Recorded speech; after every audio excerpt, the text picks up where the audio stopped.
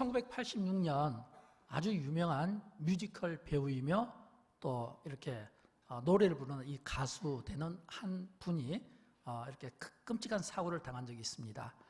그 당시에 피터팬이라고 하는 꽤 유명한 뮤지컬이었는데 그 주연을 맡아가지고 이제 이렇게 그 높은 천장 위에 이렇게 배를 띄우고 거기서 이제 오페라 노래를 부르다가 그만 실수로 땅에 떨어진 겁니다. 그래서 떨어지는 그 과정에서 목 5, 6, 7번 뼈가 이제 눌리게 되었고, 그리고 또 이제 척추 6번이 또 신경이 눌리게 되었어요. 그래서 이 뼈가 신경을 누르고 있어서 그것 때문에 그 당시 의학으로는 수술하기가 참 힘들었다, 또 치료하기도 쉽지 않았다라고 하는 그런 결론을 내게 되었다고 합니다. 그러니까 이 여성분, 이 배우 입장에서는 얼마나 참 마음이 안타깝겠습니까? 그래서 그냥 그 아픔을 견디지 못하고, 왜냐하면 저도 이렇게 뭐 척추에 눌려서 뭐 신경이 눌려서 몸이 마비 증세가 된다 또는 이런 경험을 하지 않았기 때문에 이 경험이 얼마나 참 고통스러운지 제가 다 이해하기가 어려워요. 그러나 이렇게 주변에 이런 신경이 눌려서 고통받고 이 몸이 자유롭지 못한 분들을 보면 굉장히 안타깝잖아요. 근데 이분이 너무너무 힘들고 안타까우니까 하나님 앞에 막 굉장히 간절히 소원했대요. 하나님 제 좀 빨리 천국에 데려가 주세요. 천국에 데려가 주세요. 그러면서 막 기도를 하면서 밤새 기도를 하다가 그냥 이분이 그냥 이렇게 의식을 잃어버렸다고 해요.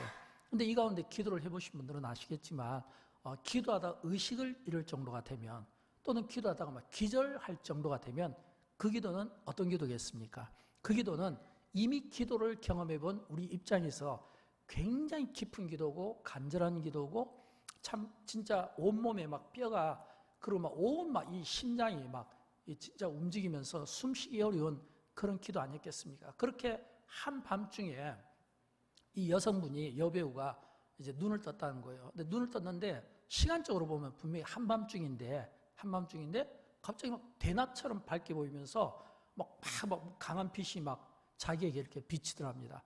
그러면서 옆에 이 주전자 그 물을 보고 너무 이 갈증이 나가지고 그 주전자에다 물을 따라서 물을 벌컥벌컥 이렇게 몇 잔을 마셨다고 해요. 근데 이제 물을 마셨는데 사실은 이제 지나간 이야기지만, 결과를 놓고 이야기지만 사실은 그분은 몸을 움직일 수가 없어서 이 물을 마음껏 마시고 싶어도 사실은 마실 수가 없는 상황이었어요. 근데 물을 갖다 이렇게 벌컥벌컥 마셨대요.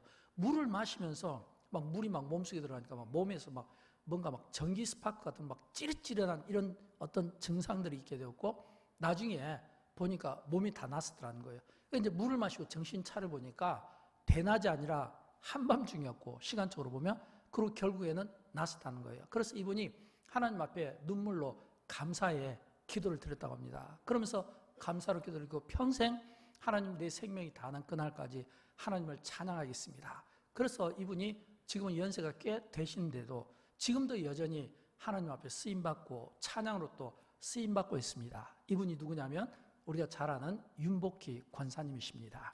이 윤복희 권사님의 그 과거에 그분에게 있었던 간증을 제가 잠시 소개한 겁니다.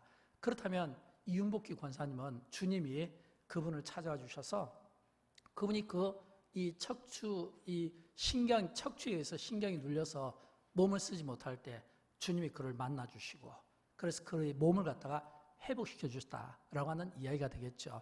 사랑하는 여러분, 오늘 이 가운데도 우리 윤복희 권사님은 아니더라도 나름 이런 회복에 대한 목마름을 가진 분들이 많이 있을 것 같아요. 왜냐하면 성경에 보면 이 회복에 관한 말씀들이 참 많습니다. 이 말을 바꿔 이야기하면 그만큼 오늘 인간 세상에 살아가는 우리에게는 이런 회복에 대한 목마름이 있다는 거예요. 몸의 회복이 필요하신 분들이 있고, 물질의 회복이 필요한 분들이 있고, 자녀의 회복이 필요한 분들이 있고, 가정의 회복, 또 나의 삶의 회복, 그리고 한 걸음 더 나가서 영적인 의미로 보면 하나님 나라의 회복이 필요하지 않겠습니까? 그런데 예를 들어서 내가 회복이 필요하다라고 하면 어떤 정확한 진단과 처방이 이 나의 회복을 위해서 도움이 되겠죠. 그런데 이게 영적인 문제라면 어떻게 되겠습니까? 영적인 문제라면 당연히 하나님의 말씀이 오늘 우리에게 처방이 돼야 되겠죠. 왜냐하면 하나님의 말씀은 진심을 담고 있고, 그리고 하나님의 말씀은 우리를 회복시키는 능력과 힘이 있기 때문에 그렇습니다. 그래서 지혜로운 성도라면 오늘 내가 정말 어떤 삶의 부분에서 회복이 필요하다면 오늘 주님이 한 여인을 만나서 그의 삶을 회복시켜 주시고 몸을 회복시켜 주신 것처럼 오늘 예배 가운데 주님이 우리를 찾아와 주셔서 우리의 모든 회복이 필요하고 소생이 필요하고 부흥이 필요한 분들에게 주님이 직접 만나 주시고 회복시켜 주시고 부흥시켜 주시는 이런 살아있는 생명의 역사가 예배 가운데 있게 되기를 주님의 이름으로 축원드립니다. 저는 그런 의미에서 오늘 우리가 읽었던 이 에스겔서에 있는 이 말씀이 도움이 되었으면 좋겠어요. 특별히 회복에 관한 도움이 되었으면 좋겠어요. 왜냐하면 이 에스겔서는 이 1장부터 이 마지막 48장까지 보게 되면 두 구도로 되어 있는 것을 봅니다. 첫 번째 구도는 뭐냐면 이 에스겔서는 하나님의 심판으로 되어 있습니다. 먼저 예루살렘, 이스라엘에 대한 심판이 있습니다. 그런데 이 심판은 징계의 목적이지 죽일 목적은 아니에요. 그래서 이 이스라엘 백성들을 심판을 통해 그들을 징계하시는데 70년 동안 포로 생활을 하게 합니다. 그 다음에 두 번째는 이 이스라엘을 괴롭혔던, 예루살렘을 괴롭혔던 주변 나라들, 그런데 이 주변 나라들에 대해서 하나님이 심판하시는데 이방 나라에 대한 이 심판은 이거는 징계의 목적이 아니라 심판의 목적인 거예요. 그래서 하나님의 심판이 있으면서 역사 가운데 모든 나라들이 전부 다 없어지게 됩니다. 그러면 하나님의 심판이 되겠죠. 그래서 이 에스겔서는 전반부의 구도는 하나님의 심판, 징계. 근데 이 후반부는 회복에 관한 말씀입니다. 근데 이 회복에 관한 말씀인데 하나님께서 어떻게 이 바벨론에서 포로 생활하던 그들을 이제 자유를 주고 그들을 예루살렘으로 다시금 돌아오기 위해서 그들을 회복시킨가. 그 회복에 관해서 굉장히 구체적으로 하나하나 꼼꼼하게 이야기하는 거예요. 그래서 먼저 이 회복을 명하시기에 앞서서 하나님께서 에스겔이라는 선지자를 두시고 그리고 에스겔을 데리고 다니면서 에스겔에게 은사를 주신 거예요. 환상의 은사를 주신 거예요. 계시의 은사를 준 거예요. 그래서 에스겔에게 이야기합니다. 40장에 보면 나오는데 우리 같이 한번 좀 읽어보도록 할까요? 에스겔서 40장 4절 말씀 같이 읽습니다. 그 사람이 내게 이르되 내가 내게 보이는 그것을 눈으로 보고 귀로 들으며 내 마음으로 생각할지어다. 내가 이것을 내게 보이려고 이리로 데리고 왔나니 너는 본 것을 다 이스라엘 족속에게 전할지어다. 이렇게 되어 있거든요. 여러분 이 말씀 뭐냐면 지금 하나님께서 이 에스겔을 데리고 다니는 거예요. 데리고 다니는 거예요. 환상으로 보여주고 계시로 말씀하시고 그러면서 뭐라고 이야기하냐면 에스겔아 지금부터 너는 내가 다니고 다니는 것을 보면서 눈으로 다 보라 이거예요. 또 귀로 들으라는 거예요. 마음으로 생각하라 이거예요. 그러면 눈으로 보고 귀로 듣고 마음으로 생각한 것을 가지고 내가 너를 이걸 보여주기 위해서 데리고 다녔으니까 이제 너는 이 본 것을 다 이스라엘 족속들에게 전할지어다 그랬거든요. 전할지어다. 이 이야기는 지금 선지자로 하여금 고난 중에 있는 그 백성들에게 전함으로써 그들에게 희망과 소망을 주라는 겁니다.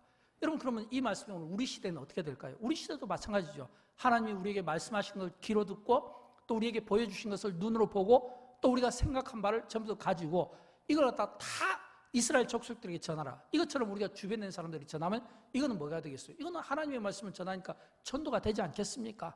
이처럼 우리에게는 선지자에게 그 사명이 있었던 것처럼 우리에게도 이런 사명이 있는 거예요.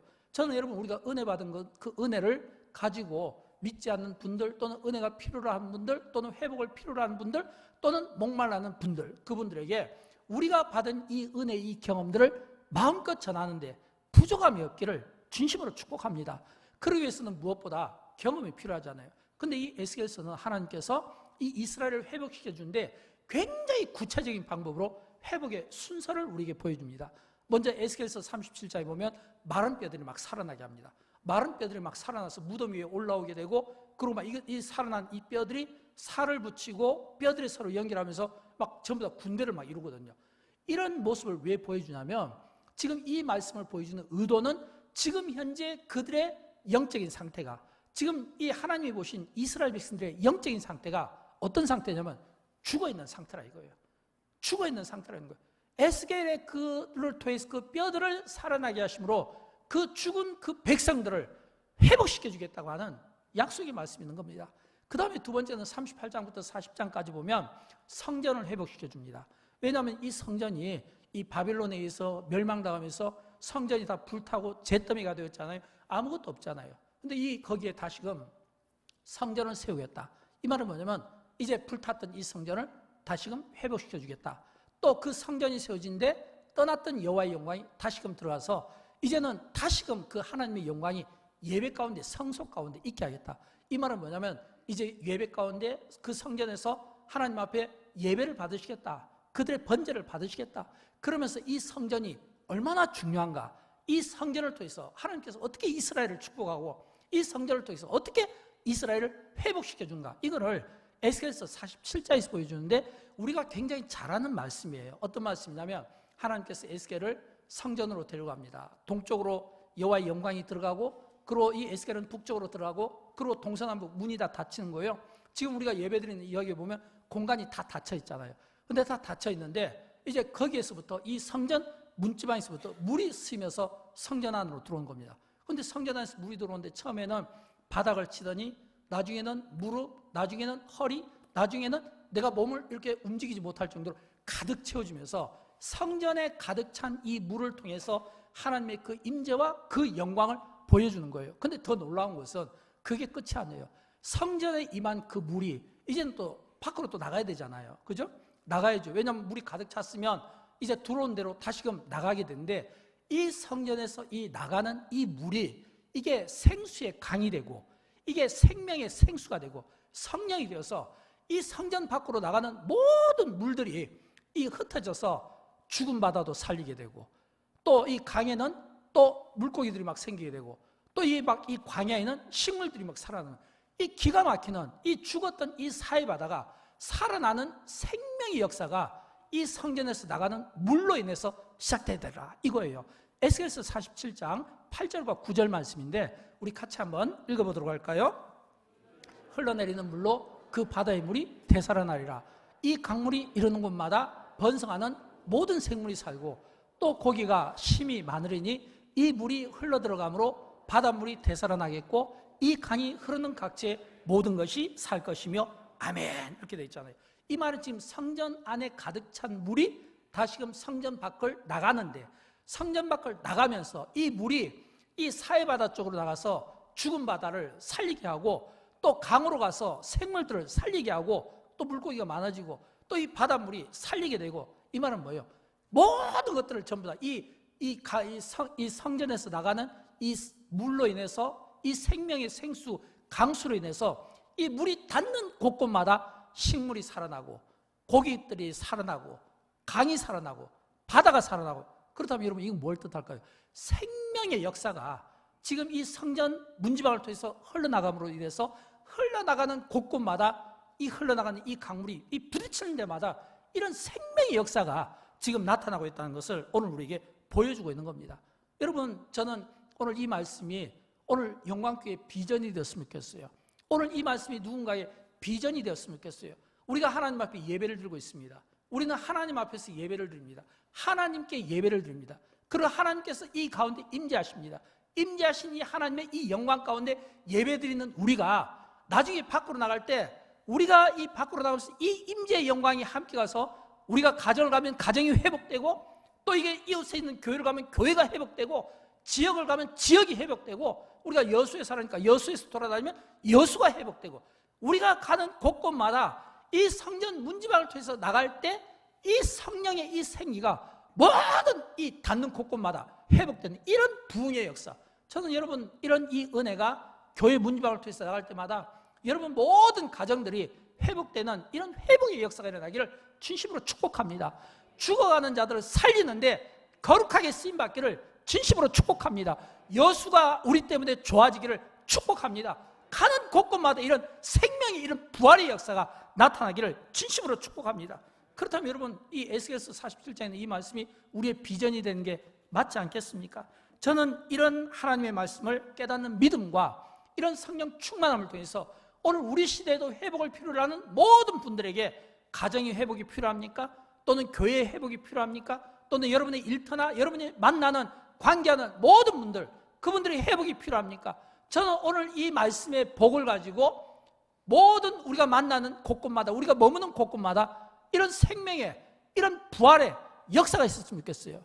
그러기 위해서 어떻게 해야 될까요? 먼저 여러분 이런 이 회복의 역사가 일어나려면 두 가지가 필요합니다. 첫째는 내 영혼이 먼저 살아나는 것이 중요합니다. 여러분 제가 이 영광교회에서 담임 목회하면서 늘 이렇게 신방 갈 때 첫 번째 주는 메시지가 요한삼서 1장 2절이잖아요.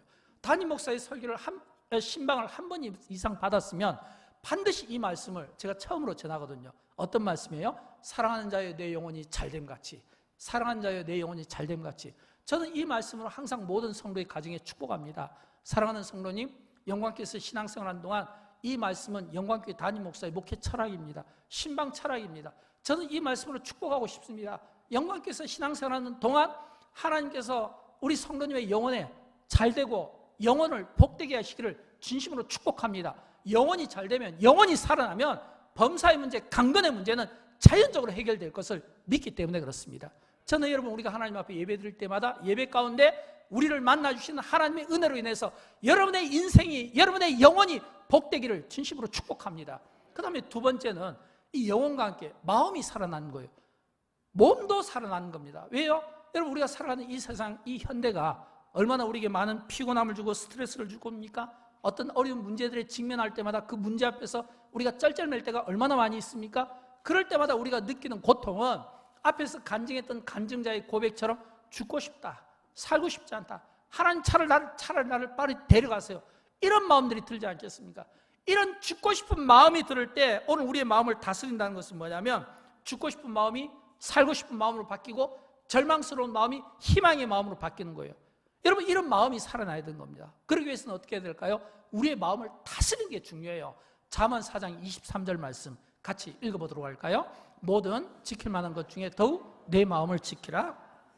그노니 이에서 남이니라. 아멘. 지킬 만한 것 가운데 먼저 마음을 지키는 것이 중요해요. 저는 여러분, 그런 의미에서 여러분 자신에게 스스로 이렇게 한번 성급해 보면 좋겠어요. 내가 내 영혼에게 잘 될 거야.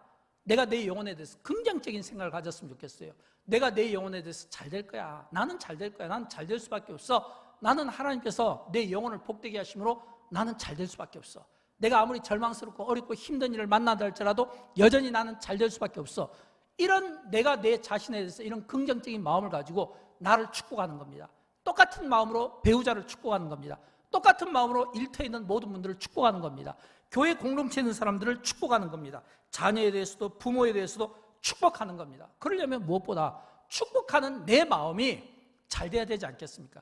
내 마음이 살아나야 되지 않겠습니까? 내가 영혼이 죽고 마음이 이미 상해버리는데 내가 누구를 축복하며 내가 누구에게 대해서 긍정적으로 말할 수 있겠습니까? 내가 긍정적으로 말하고 내가 축복하려면 무엇보다 내 영혼이 살아나고 내 마음이 살아나고, 마음이 살아나고 영혼이 살아날 때 오늘 우리는 많은 사람들에 대해서, 모두에 대해서 나의 오늘 살아나고 이 잘되는 이런 이 긍정적인 마음을 통해서, 이런 이 부흥을 통해서 모든 이들에게 우리 때문에 그들이 더불어서 잘되고 복되기를 진심으로 축복합니다. 여러분, 제가 이 말씀을 드리는 것은 오늘 모든 성도들은 일반적으로 두 부류로 나눠지기 때문에 그렇습니다. 똑같은 성도지만 성도 가운데는 서바이벌 성도가 있고 리바이벌 성도가 있어요. 서바이벌 성도라는 것은 그야말로 생존을 위한 이런 삶 아니겠습니까? 똑같이 예수 믿고 구원받았음에도 불구하고 여전히 우리 가운데는 하나님의 은혜를 누리지 못하고 사는 분들이 있습니다. 구원받았어요. 또 하나님의 은혜를 받았어요. 누렸어요. 말씀을 통해서 이미 축복을 받았어요. 그런데도 불구하고 그것을 내가 누리지 못하고 받아들이지 못하면 어떻게 되는 거예요? 나는 여전히 그냥 내 이 영혼이 피폐해지고 여전히 나는 이런 어떤 뭔가 빠듯빠듯한 이런 삶을 살아갈 수밖에 없는 겁니다. 그런데 우리 가운데 보면 없기를 바라지만 이런 서바이벌적인 이런 성도의 삶을 사실은 살아가는 분들이 없다고 볼 수가 없는 거예요. 없다고 볼 수가 없는 거예요. 저는 혹시 우리 가운데 그런 분이 없기를 바라지만, 만약 내가 진짜 예수 믿고 구원받음에 대한 확신이 있고 내가 하나님의 말씀에 대한 은혜에 대한 확신이 있고 그 은혜가 나의 인생을 날마다 행복하게 한다고 믿고 싶은데, 그럼에도 불구하고 현실은 그걸 믿어지지를 못해서 여전히 바닥바닥 살아가는 것이 힘들고 또 힘겨운 그 난항을 막 버티면서 그 하루하루 살아가는데 막 힘들고 어려운 이런 서바이벌적인 이런 성도의 삶을 만약 우리가 살아간다면 어떻게 되겠을까요? 차라리 죽는 것이 낫겠다. 뭔가 일이 안 풀리니까 너무 괴로우니까 그런 마음이 들 수 있잖아요. 그럼 여러분, 대조적으로 리바이벌 인생은 어떤 인생일까요? 리바이벌적인 인생은 영어 사전에 보면 부흥, 회복, 살아나다 이런 뜻이거든요. 부흥, 회복, 살아나다. 이 말은 우리가 똑같이 하나님의 말씀을 받습니다. 말씀을 받는데 아멘, 아멘, 아멘이라고 이야기하고 이 말씀이 내게 믿어지고 이 말씀이 내 마음을 막 기쁘게 하는 거예요. 감사가 막 나오는 거예요. 이런 인생을 가르쳐서 리바이벌 인생이고 리바이벌 성도라고 이야기하는 겁니다. 여러분, 저는 여러분에게 한번 질문하고 싶어요. 여러분 서바이벌 인생입니까? 리바이벌 인생입니까? 여러분 서바이벌 성도입니까? 리바이벌 성도입니까? 만약 서바이벌 인생이라면 주님이 오늘 이 예배 가운데 말씀으로 여러분을 찾아와 주셔서 여러분의 그 서바이벌적인 그 힘들고 피곤한 그 고난한 삶 가운데 주님이 함께 해주심으로 말미암아 주의 은혜로 말미암아 여러분의 인생이 리바이벌, 감사의 인생으로, 축복된 인생으로, 기쁜 인생으로 바뀔 수 있기를 주님의 이름으로 축원드립니다. 이 은혜가 오늘 예배하는 모든 분들에게 있기를 진심으로 소원합니다. 그러려면 무엇보다 여러분 우리 안에 회복이 필요하지 않습니까? 진짜 회복이 필요하지 않습니까? 저는 이 에스겔서를 묵상하면서 이 에스겔서 48장에 있는 이 내용 가운데 진정한 회복이 어디에서부터 시작되는가, 그 회복의 그 원리, 그 중요한 포인트를 저는 발견하게 됩니다. 두 가지인데 첫째는 뭐냐면 성전 중심의 인생인 겁니다. 성전 중심의 인생. 왜냐하면 이 에스겔서 48장은 이 1절부터 쭉 끝에까지 읽어보면 굉장히 말씀이 어렵습니다. 왜 어렵냐면 이 말씀의 전체적인 내용은 이스라엘 백성들이 70년 동안 바빌론 생활에서 해방되어서 다시금 그들이 예루살렘으로 돌아오는 거거든요. 근데 70년 만에 돌아온 그 예루살렘은 어떤 땅이냐면 한마디로 말해서 황무지예요. 황폐한 땅이에요. 아무것도 없어요. 그 아무것도 없는 그 땅에 이제 다시금 돌아왔으면 그들은 어떻게 됩니까? 먼저 과거에 여호수아에게 땅을 분배받은 것처럼 에스겔서 48장에 보면 지파별로 땅을 분배받는 내용이 나옵니다. 그러면 땅을 분배받으면 그 다음에 거기에서 뭐를 해야 될까요? 집들을 짓고 건축들을 막 세우지 않겠습니까? 그럼 막 건물들을 막 세우게 되죠. 근데 그 땅을 분배받고 그리고 건물들을 세우는데 근데 거기에서 우리가 눈여겨보는 것은 제가 지금 이 이야기를 하면 혹시 목사님 뭐 건축에 대한 이야기를 하나? 이야기를 할 수 있는데 오해할 수 있는데 건축에 대한 이야기가 아니라 이 전체적인 맥락에서 도시가 세워지기 위해서 건물들이 세워질 때 그 건물에서 이 성전, 성소, 지금으로 말하면 교회잖아요. 이 성소의 역할을 제가 지금 여기서 보고 있는 거예요. 어떤 역할이냐면 이 이스라엘 백성들이 돌아와서 성소를 짓는데 중앙에 성소를 둔다는 거예요. 한번 우리 본문을 쭉 한 번에 우리 보도록 할까요? 오늘 우리가 읽었던 말씀 보면은 에스겔서 48장 8절을 보면 이렇게 되어 있어요. 성소는 그 중앙에 있을지니 이렇게 있거든요. 중앙에 있을지니. 그 다음에 또 에스겔서 48장 10절과 21절을 우리 같이 한번 읽어보도록 합니다. 그 중앙에 여호와의 성소가 있게 하고 성소의 성전의 성소가 그 중앙에 있으리라 그랬거든요. 여러분 이 말씀은 제가 막 여기 있는 건축 있는 이런 내용들 막 면적 재고 이런 걸 다 뺐는데 지금 이 이야기는 지파별로 이제 도시를 세워나가는데 그 도시에서 이 성소, 지금으로 바꾸면 성전, 교회를 이야기하는 거예요. 근데 이 교회가 어느 위치에 있으냐면 중앙에 있겠다는 겁니다. 중앙에. 여러분 우리가 어떤 도시, 어떤 나라를 가든지 어떤 도시를 가면 그 나라 도시의 그 중앙에 있는 건물, 조형물을 보면 그 도시의 성격을 알 수 있고 그 도시의 특성을 알 수가 있잖아요. 근데 지금 이스라엘 백성들이 예루살렘에 들어와서 하는 일이 뭐냐면 성소를 갖다가 중앙에 성소를 있게 하고 성전의 성소가 중앙에 있다. 이 이야기는 성전을 중앙에 뒀다는 겁니다. 중앙이라는 것은 뭐예요? 모든 사람들이 다 볼 수 있도록, 모든 사람들이 쉽게 올 수 있도록, 모든 사람들이 전부 다 이렇게 쉽게 이렇게 이용할 수 있는, 다시 말하면 지금 그들이 도시를 지을 때 그들이 관심을 가졌다는 것은 성전이었다는 겁니다. 여러분 무엇을 뜻할까요? 사실은 이스라엘 백성들이 고난을 받을 때 모든 고난은 원인이 있고 결과가 있기 마련이잖아요. 우리가 예를 들어서 길을 걸어가다 넘어지더라도 넘어지는 원인이 있고 결과가 있기 마련이에요. 그런 것처럼 그들이 70년 동안 포로 생활하면서 무엇을 깨달았겠습니까? 우리가 하나님 앞에 우상 숭배해서 그래. 우리의 지도자들이, 왕들이 하나님을 바로 섬기지 못해서 그래. 우리의 마음이 하나님을 떠나서 그래. 우리의 마음이 성전을 떠나서 그래. 다시금 그들이 돌아왔을 때 성전을 그 중심의 도시 가운데 두었다는 것은 이제는 성전 중심의 삶을 살겠습니다. 그 다짐이에요. 그 결의예요. 하나님, 이제는 내가 성전을 떠나지 않겠습니다. 이제는 내가 성전 안에서 나의 삶을 이루겠습니다. 여러분 성전이 무엇입니까? 성전은 하나님의 다스림을 받는 곳입니다. 교회는요 하나님의 다스림을 받는 거예요. 우리가 지금 이곳에서 하나님 앞에 예배를 드립니다. 만약 저 왕주건 목사의 설교를 듣는다면 이것은 여러분이 지금 저의 연설을 듣는 거예요. 그러나 만약 저의 말씀을 사람의 이야기를 안 듣고 하나님의 말씀으로 듣는다면 이건 설교가 되는 겁니다. 여러분은 지금 저의 설교를 듣습니까? 연설을 듣습니까? 아, 참 저 목사 설교 참 씩씩하게 잘한다. 그럼 그건 연설이 되는 거예요. 이건 하나님과 관계가 없다 이거. 아, 저 목사님의 말씀이 하나님의 말씀처럼 은혜가 된다. 그러면 설교가 되는 거예요.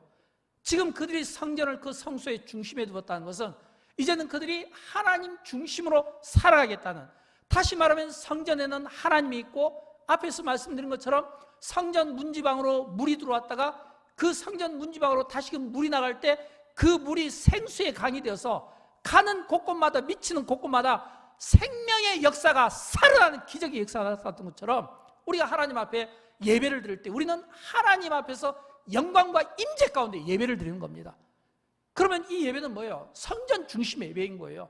저는 여러분, 우리가 하나님 앞에 예배 드릴 때 뭐 찬양이 좋아서 물론 좋죠. 또 기도가 능력이 있어서 또는 설교가 은혜스러워서 이게 아니라 하나님이 너무 좋아서 내가 하나님 앞에 나의 신앙을 고백합니다. 내 중심에 성전이 있습니다. 바울의 고백처럼 우리 한 사람 한 사람이 움직이는 성전이 되어서 우리가 그 하나님의 영광을 드러내는 것처럼 이 성전 중심의 이 인생에 저와 여러분이 살아들을 수 있기를 주님의 이름으로 축원드립니다. 이스라엘 백성들이요, 이 포로 생활을 하면서 다시금 그들이 돌아올 때 하나님이 돌아올 때 이 돌아온다는 이 의미는 이거는 결단입니다. 이거는 뭔가 선택이에요. 많은 사람들은 아, 이제 70년 됐으니까 돌아가니까 아, 잘됐다. 이젠 드디어 이제 우리가 응답받았구나. 이제 하나님의 영광이 드러나 있구나. 여러분, 이게 아니에요. 성경은요, 우리에게 굉장히 많은 약속들을 해줍니다. 축복들을 말씀합니다. 그러나 이 성경은 우리에게 많은 말씀들을 주시지만, 그러나 이 말씀을 받는 우리가 이 말씀 때문에 아, 이제는 우리가 하나님께로부터 어떤 은혜를 입는다, 이렇게 생각하면 안 돼요. 아직은 이루어지지 않았잖아요. 그러므로 하나님의 어떤 약속이 우리에게 주어지면 이 약속을 내가 살릴 것인가 죽일 것인가, 내가 이 약속을, 이 기회를, 하나님 주신 이 기회를 살릴 건가 아니면 소멸시킬 건가, 이거는 이 말씀을 받은 우리의 태도 아니겠습니까? 아무리 하나님께서 우리에게 약속을 주시고 여호와는 너에게 복을 주시고 지키시기를 원하며 평강 주시기를 원하노라 라는 이 말씀이 나에게 축복이 되기 위해서는, 이 말씀이 나에게 기회가 될 수 있도록 하기 위해서는 내가 이 말씀에 순종적인 이 반응으로 이 삶을 내가 믿고 살아드는 게 중요하잖아요. 만약 그 말씀이 아무리 좋아도 한 귀로 듣고 흘리면 이거는 나와는 관계없는 거예요. 그러므로 이스라엘 백성들에게 그들이 70년 후에 돌아온다는 것은 그들은 기회지 축복이 아닌 거예요. 그들이 축복이 되기 위해서는 성전을 중심에 놓는, 성전 중심의 인생을 살아들이는 그 선택을 통해서 그들이 복을 누린다라고 하는 겁니다. 그런 그 은혜가 오늘 저와 여러분에게 있기를 진심으로 축복합니다. 두 번째는 여호와 삼마의 복입니다. 오늘 보면 35절인데 우리 같이 읽어보도록 할까요? 그날 후로는 그 성읍의 이름을 여호와 삼마라 하리라. 아멘. 여러분, 여기서 그날 후로는 이게 이제 1절부터 34절까지 이제 지파별로 땅을 분배받고 그 분배받은 데서 제사장이 또 뭐 이렇게 또 섬기는 자들이, 백성들이 전부 다 이제 거기에 성전을 중심으로 세웠잖아요. 그리고 그날 후로는 이제 그 일이 이루어진 그 다음에 그 성읍의 이름을 뭐라고 했냐면 여호와 삼마. 여호와 삼마가 어떤 뜻이냐면 히브리 말로 여호와께서 거기에 계시다. 이 여호와 삼마의 히브리 뜻이 여호와께서 거기에 계시다. 그러면 그 성읍의 이름이잖아요. 그 성읍의 이름. 그러면 그 지파별로 성을 짓지 않겠습니까? 성전을 중심에 두고 모여있는 그 성읍을 여호와 삼마라리라. 좀 그냥 쉽게 이야기하면 지금 우리가 하나님 앞에 예배를 드리고 있는, 그리고 우리가 하나님 앞에 예배를 드리는 이 예배, 하나님의 임재와 그 영광이 있는 바로 이곳, 이 자리, 이 도시, 여수, 여기를 여호와 삼마라라, 이런 뜻 아니겠어요? 그러면 하나님께서 바로 이 여수에 계시다, 이런 뜻이잖아요. 사랑하는 여러분, 여호와께서 계시면 어떤 일이 일어날까요? 여호와께서 계시면 어떤 일이 일어날까요? 여호와께서 계시면 회복이 일어납니다. 성전을 통해서, 그 문지방을 통해서 물이 흘러감으로써 미치는 곳곳마다 회복의 역사가 일어났던 것처럼 여호와께서 함께 하시면 하나님 나라의 회복이 일어납니다. 우리 인생의 회복이 일어나는 겁니다. 여호와께서 성전에 계시면 이 땅의 모든 교회들이 회복이 되는 겁니다. 여호와께서 우리와 함께 계시고 우리 예배 가운데 계시면 우리의 무너진 예배가 회복이 되는 거예요. 여호와께서 우리와 함께 하시면 이 공동체가 회복이 되는 거예요. 우리 인생의 어떤 문제도 여호와께서 함께 하시면 돌파할 능력을 얻게 될 줄로 믿습니다. 지혜가 생기게 될 줄로 믿습니다. 여러분의 삶 속에 이런 여호와 삼마의 축복이 있게 되기를 진심으로 소원합니다. 그러면 여러분, 이 여호와의 삼마가 이 영광교회 가운데 있고 이 지역에 있고 여수에 있도록 하기 위해서는 어떻게 해야 될까요? 두 가지가 필요해요. 여호와 삼마의 복을 누리려면 첫째는 하나님을 나의 왕으로 모시고 사는 게 중요해요. 나의 왕으로 모시는 거예요. 여러분, 제가 한번 질문해 보겠습니다. 우주 만물을 창조하신 분이 누굽니까? 하나님이시잖아요. 우리를 어머니의 태에서 만드시고 조성하신 분이 누굽니까? 하나님이시잖아요. 우리를 회복시키는 분이 누구십니까? 하나님이시잖아요. 창조주가 누굽니까? 하나님이시잖아요. 우리를 다스리는 분이 누구십니까? 하나님이시잖아요. 누가 만화의 왕이고 만유의 주이십니까? 하나님이시잖아요. 여러분이 믿든 안 믿든 중요한 것은 하나님은 만왕의 왕이시라는 거예요. 내가 안 믿어도 하나님은 만유의 주시라고 하는 거예요. 내가 안 믿어도 하나님은 창조주이신 거예요. 오늘 창조주신 그 능력으로 오늘 우리에게 말씀하는 겁니다. 무엇을요? 오늘 우리가 하나님을 창조주, 하나님을 나의 왕으로 모시면 만왕의 왕이시고 만유의 주가 되시는 그 하나님의 다스림 속에 오늘 저와 여러분은 풍성한, 주님이 주시는 이 풍성한 이 삶을 누릴 수 있게 된다고 하는 것입니다. 여러분, 성경은 이런 풍성한 삶을 살았던 사람들의 이야기를 많이 들려주고 있습니다. 대표적으로 우리는 다윗을 꼽을 수 있잖아요.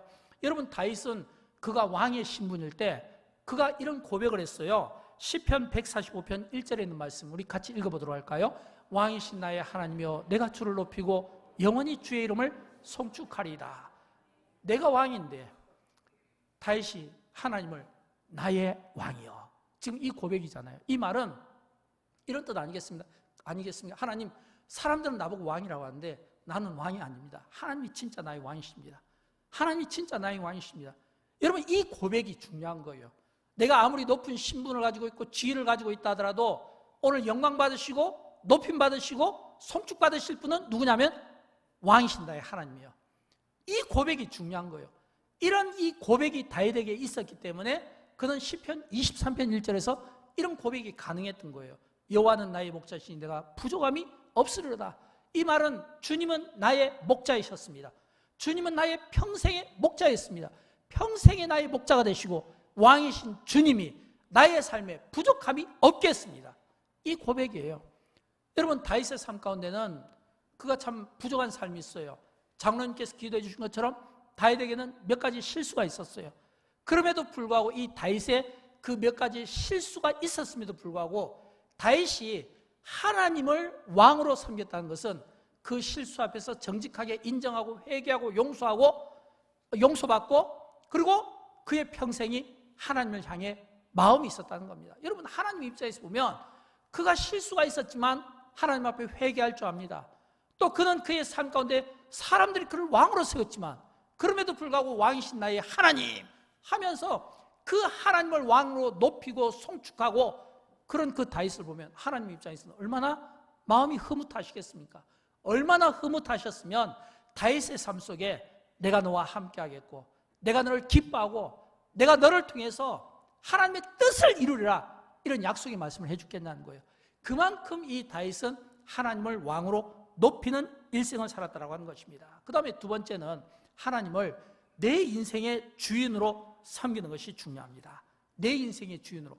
사랑하는 여러분, 우리가 신앙생활하면서 특별히 교회 생활에 열정적이고 교회 봉사를 많이 하시는 분들이 한 가지 우리가 점검을 받아야 될 게 있어요. 그게 뭐냐면 우리가 교회 생활을 열심히 하고 봉사를 많이 하다 보면 우리 마음의 중심에 하나님이 지금 주인으로 계신가 아니면 내가 주인이 되고 있나 이 점을 우리는 항상 점검을 해야 됩니다.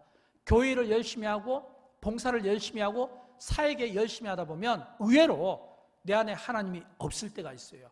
내가 주인이 될 때가 있어요. 내 생각이 내 주장이 중요하게 여길 때가 있고 내 생각이 강조될 때가 있습니다. 그러나 그럼에도 불구하고 하나님이 중요합니다. 하나님이 중요해요. 그럼에도 불구하고 하나님의 생각이 중요해요. 하나님의 생각에 나의 생각과 뜻을 굴복시킬 수 있어야 돼요. 이게 여호와 삼마입니다. 이게 여호와 삼마예요. 이런 여호와 삼마의 은혜가 우리에게 필요한 겁니다. 우리는 이 다윗과 함께 그 아들 솔로몬을 보면 대조적으로 알 수 있어요. 인생의 주인을 하나님을 섬기는 것이 얼마나 어려운가. 왜냐하면 이 솔로몬도 다윗과 같이 처음에 출발은 좋았어요. 처음 출발은 어떤 의미로 보면 다윗보다 더 좋았을 수 있어요. 왜냐하면 그는 1000번째 그 기도를 통해서 하나님이 그에게 지혜를 주고 지식을 주고, 그리고 그 지혜와 그 지식이 우리에게 얼마나 은혜가 되는지 모릅니다. 얼마나 가슴 벅찬지 몰라요. 그래서 이 솔로몬이 그가 성전 봉헌식을 할 때 열왕기상 8장 22절부터 24절까지 그 기도를 보면 얼마나 참 뿌듯함을 느끼는지 몰라요. 우리 같이 한번 읽어보도록 합니다. 솔로몬이 여호와의 제단 앞에서 이스라엘 온 회중과 마주서서 하늘을 향하여 손을 펴고 이르되 이스라엘의 하나님 여호와여, 위로 하늘과 아래로 땅에 주와 같은 자신이 없나이다. 주께서는 온 마음으로 주의 앞에서는 행하는 종들에게 언약을 지키시고 은혜를 베푸시나이다. 주께서 주의 종 내 아버지 다윗에게 하신 말씀을 지키사 주의 입으로 말씀하신 것을 손으로 이루심이 오늘과 같으니이다. 아멘. 여러분, 여기서 지금 이 솔로몬이 지금 기도할 때 이 밑에서 두 번째로 보면 주께서 주의 종 내 아버지 다윗에게 하신 말씀을 지키사. 여기에서 이 솔로몬이 무려 아버지를 주의 종 내 아버지 다윗 3번이나 반복해서 사용한 겁니다. 여러분, 이것은 굉장히 솔로몬의 겸손입니다. 우리가 신앙생활하면서 처음은 다 이렇게 시작해요. 그러나 우리는 솔로몬의 그 마지막이 좋지 못했음을 알 수 있습니다. 왜요? 처음에는 겸손이었는데 나중에는 그가 교만하다는 겁니다. 하나님 앞에 쓰임받는 사람들의 이 태도는 다 처음에는 겸손해요. 순종해요. 주의 종.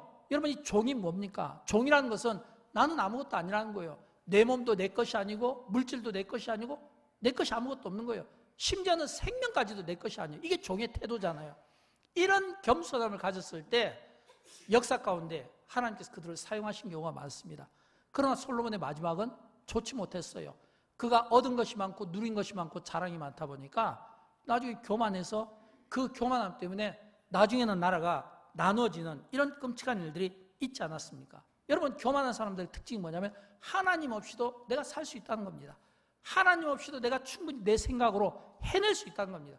이런 교만함이에요. 그래서 우리가 하나님 앞에 진정한 회복을 원한다면 반드시 우리가 기억해야 될 것은 우리가 하나님 앞에 성전 중심의 인생인가, 또 하나님을 내 마음의 왕으로, 진정 왕으로 섬기는가, 아니면 내 인생의 정말 주인으로 섬기는가. 이게 사실은 쉬운 것 같아도 쉽지가 않습니다. 왜냐하면 우리 안에 있는 많은 어떤 인생의 찌꺼기들, 이런 것들을 내려놓기가 진짜 힘들거든요. 우리가 입으로는 이야기할 수 있지만 그러나 우리의 마음은 그렇지 못하다는 거예요. 오죽했으면 성경은 우리에게 나는 여호와는 너를 갖다 외적으로 보지 않고 중심을 본다. 너의 속을 본다. 이 속은 사람들에게는 감추어져 있지만 하나님은 감출 수 없다는 거예요. 여러분, 우리는 다윗과 솔로몬 이 부자간을 보면서 이런 생각을 해야 됩니다. 시작은 좋았어요. 다윗도 그가 어린 나이에 선지자 사무엘로 하여금 기름 부음을 받았다면 출발이 좋은 거예요. 솔로몬도 그가 1000번째를 들어서 출발이 좋은 거예요. 이처럼 우리가 하나님 앞에 쓰임받을 때 시작도 참 중요하지만 그러나 마무리는 더 중요하다는 것을 알아야 되는 겁니다. 내가 시작한 만큼 마무리는 더 깔끔해야 되는 거예요. 그래서 우리는 시작도 중요하지만 마무리도 중요하다. 그래서 영어로도 이런 표현이 있어요. Starting well. 시작도 좋아야 되지만 finishing well. 이건 더 좋아야 된다. 이건 뭐냐면 시작 못지않게 이 finishing well은 훨씬 더 중요하다는 거예요. 리더십에 관련된 책자를 보게 되면 처음에는 출발을 잘했는데 피니싱 웰이 되지 못해서 사람들에게 실망감을 준 많은 지도자들을 보게 됩니다. 통계에 보면 20% 이하래요. 그러니까 처음에 출발은 좋았는데 시작은 좋았는데 마무리까지 좋은 사람은 20%가 안 된다는 거예요. 여러분, 이것은 정치 지도자들에게도 해당되고 교회 지도자들에게도 해당되고 교회 직분자들에게도 해당되고 처음에 우리가 가진 이 초심의 마음은 전부 순수하고 깨끗하고 때묻지 않고 겸손으로 시작하지만 그러나 그것이 끝까지 지탱되기는 어렵다는 거예요. 우리는 구약 성경을 보면서 왜 이스라엘 백성들이 그처럼 고난의 시대를 겪어야만 했는가? 반드시 그 고난에는 원인이 있기 마련인데 그 원인은 하나님의 은혜를 은혜로 여기지 못하고 그 은혜에서 멀어질 때마다 하나님께서 몽둥이를 들어서 그들을 징계하셨지만 그러나 또다시 그들에게 깨닫게 하여 또 은혜를 베푸시는 이 모습을 통해서 똑같이 반복된 이 영적인 이 사이클 속에서 우리는 살아가고 있는 거예요. 그래서 우리는 역사의 이런 모습들을 보면서 우리가 무엇을 깨달아야 할까요? 아, 우리가 하나님 앞에 바르게 살아야지. 우리가 하나님 앞에 바르게 사는 것이 중요하고, 우리의 삶의 회복을 필요로 한다면 하나님 우리 가정을 좀 회복시켜 주십시오. 하나님 우리 자녀를 회복시켜 주십시오. 하나님 내 문제를 해결해 주십시오. 내 몸의 육신의 연약함을 회복시켜 주십시오. 회복을 원합니다. 살아나기를 원합니다. 근데 그 이전에 먼저 하나님께서 이스라엘 백성들의 이 회복의 원리를 보게 되면 성전의 회복이 중요하다는 것을 깨닫게 되고, 이 성전에서 교회에서 받은 은혜가 중요하다는 걸 깨닫게 되고, 이 은혜 중심, 성전 중심, 하나님 중심의 삶을 통해 여기서 받은 우리가 밖으로 나갈 때 성전 문지방을 통해서 흘러나가는 그 물이 닿는 곳곳마다 죽어가는 땅이 살아나는 생명의 역사가 나타나고, 죽은 바다가 살아나는 역사가 나타나고, 강들에서 물고기들이 살아나고 식물들이 살아나는 이런 생명의 역사가 나타나는 것처럼, 저는 여러분, 저와 여러분 우리 모두가 이런 생명의 역사를 살리는데 저와 여러분이 거룩하게 쓰임 받기를 주님의 이름으로 축원드립니다. 회복을 원하십니까? 오늘 저와 여러분의 이 회복을 통해서 부딪히는 모든 사람마다, 상대하는 모든 사람마다 우리 때문에 회복하는 역사가 있기를 진심으로 축복합니다. 우리 함께 일어나셔서 함께 찬양하도록 할까요?